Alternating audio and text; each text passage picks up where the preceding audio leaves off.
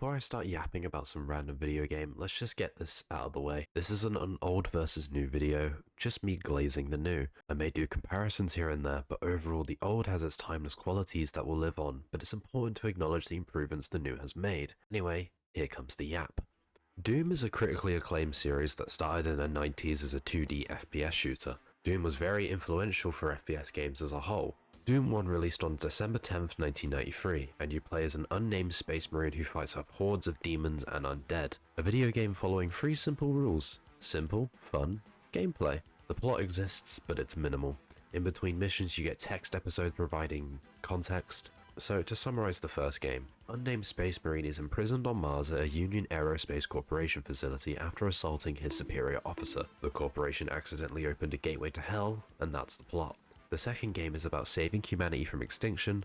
64 and the third game share very similar stories to the previous. It wasn't until about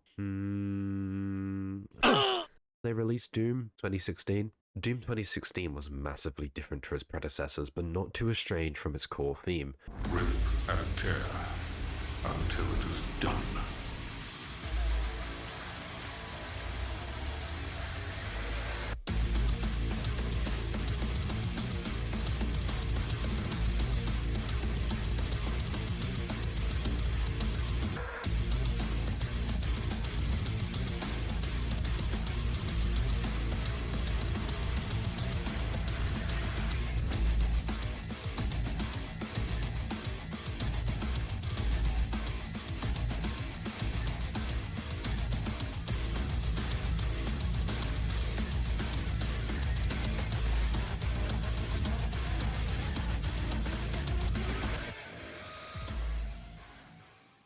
Doom 2016 was the perfect modernization of the old Doom games, and no, don't make me think about the time difference.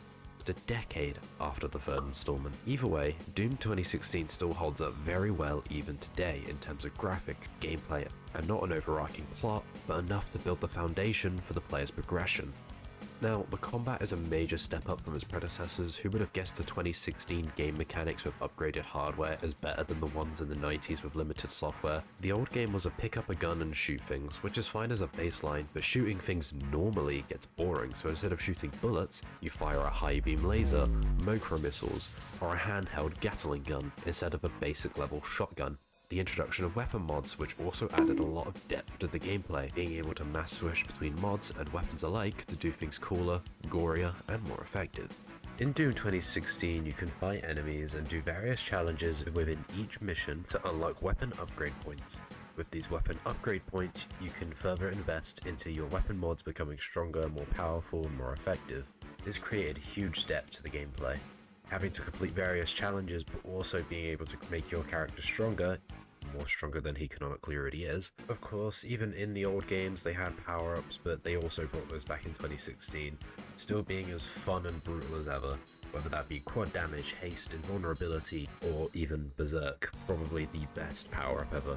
Because Berserk is not just Doom Guy getting stronger, it's him deciding I can't be bothered to use guns anymore.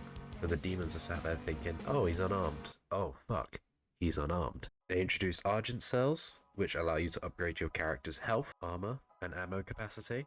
I couldn't ignore the biggest, coolest mechanic in the game's combat: glory kills. The old games had guns, but no pulling legs off and crushing skulls with it. In Doom, when you hit an enemy enough, you can stun them, and with that stun you can perform a finisher move, which safely dispatches the demons. The glory kill is a stylish, gory animation that provides health back in return rather than usual fill 'em with lead strategy. I know Doom Eternal did even more of this, but this video isn't about that game, even though it's very good. What else is there? Improvements to the combat. A crosshair.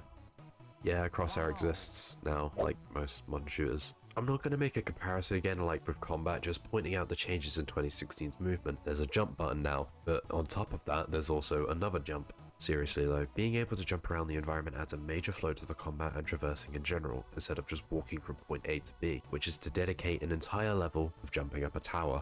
The old games weren't slow, the movement was fast, there was just no jumping. However, being able to leap from a second floor onto an enemy for a unique glory kill will never get boring to me. There's more to talk about when it comes to the movement, but that comes later with the The level designs in the prequel was good for its time, and so is 2016's obviously, with the major hardware upgrades since Windows XP. They can make larger scale maps with constant things happening in the background rather than just indoor areas. The large-scale areas create a whole new level of immersion, from traversing an industrial facility, or broken pipes, to a huge tower, and then literal hell itself. Doom 2016 took the hardware that the generations of consoles and PC gaming in 2013 had and pushed it to its limit. Now, secret rooms were always a thing in old shooter games like Doom and Wolfenstein, pressing E on every wall and door until something opens, something Dark Souls shamelessly steals years later. Even in 2016, they kept secret areas, and I don't just mean collectibles only. Nah, they also made secret areas of the old maps in 2016 that you can unlock throughout the game and access later in the menu. Even the ammo uses the old assets. The level design in Doom 2016 was of course a major improvement from its predecessor, however there is still something nostalgic about the old maps, including the mods people created from the Doom engine. Remember when myhouse.wad was trending? Or even when full games were created out of the Doom engine? The enemy design in 2016 is not too estranged from its predecessor. Obviously they look more visually stunning, however a lot more aggressive. They still use some of the same old enemies like the imps, the cacodemons, the undead. Now whilst Doom does have lore and I could go into detail, I'd rather just sum up the baseline plot for the overall game rather than to going into all the niche details. So here's the plot of Doom 2016. Man too angry to die wakes up after a major hangover and punishes John for breaking him, and pulls out the closest Nerf gun and still shoots all of his very drunk mates, before getting into the commissioned but poorly done Master Chief cosplay thinking it was a fursuit. Witnessing some random evil woman with a bad trim, Glazer's crazy, saying we could ruin everything if we wake up. So then we proceed to wake up, going through the labs and the facilities, murdering everything in our way. Random capitalist robot and ChatGPT guides us on our mission as we ignore everything they tell us and do things the cool way, including removing the energy that the UAC was harvesting from Hell, which led to the events of this outbreak on Mars to begin with. Either way, you follow Olivia to Hell, then back to Mars, then back to Hell again, except this time you have a big fucking gun and blow her to pieces. That's not a joke, by the way. The gun is called the BFG, and guess what that stands for? Bioforce gun. The big fat gas. Anyways, we close the portal that Olivia opened, then you go back to Mars, only for Robocop to steal the key you used to close the portal, turn it into a demonic lightsaber, and send you back to Hell to slaughter demons for many, many years.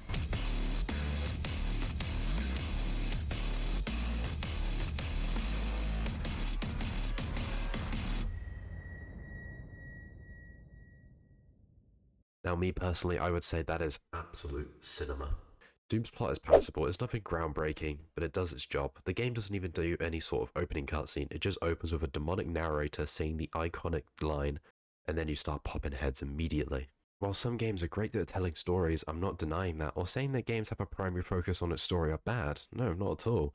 My favourite storytelling games happen to be Ghost of Tsushima, Last of Us, Persona 3, Final Fantasy 7. I just think that sort of subsection of gaming wouldn't fit Doom, and taking into consideration the amount of story games that were coming out at that time, I'm glad Doom didn't fall into that niche. In all honesty, 2016 Doom is probably one of the best shooters I ever played back in 2016. Obviously COD was still peaking during that point, but when I picked up Doom for the first time, I had such a fun time with it. I 100%ed it on my console, twice actually, once on the PS4, another on the PS5, and I've bought it on PC now, obviously to see what it's like with upgraded FPS and improved graphics. Still having just as much fun. It's honestly such a fun game, and I would highly recommend it to anyone. Now, I'm not saying Doom doesn't have a plot, it does. However, when you load up Doom or see the box cover, you don't think to yourself, I'm going to put the disc in and experience this story that's going to strike me emotionally.